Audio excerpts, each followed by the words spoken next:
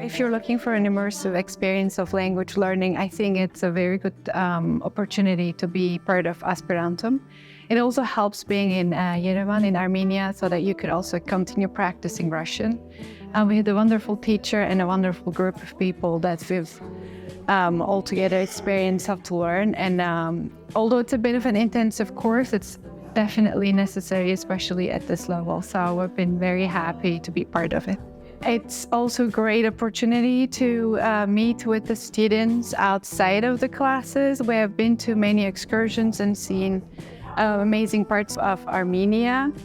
The excursions are incredibly helpful also to talk with other students outside of the classroom context as well as being in other places in Armenia, beautiful churches, monasteries, and nature. It creates a different kind of social experience as well, and it helps people feeling a part of a group, which I think is a definitely important element of feeling comfortable and safe while learning language. So that's a great component of being an aspirant as well.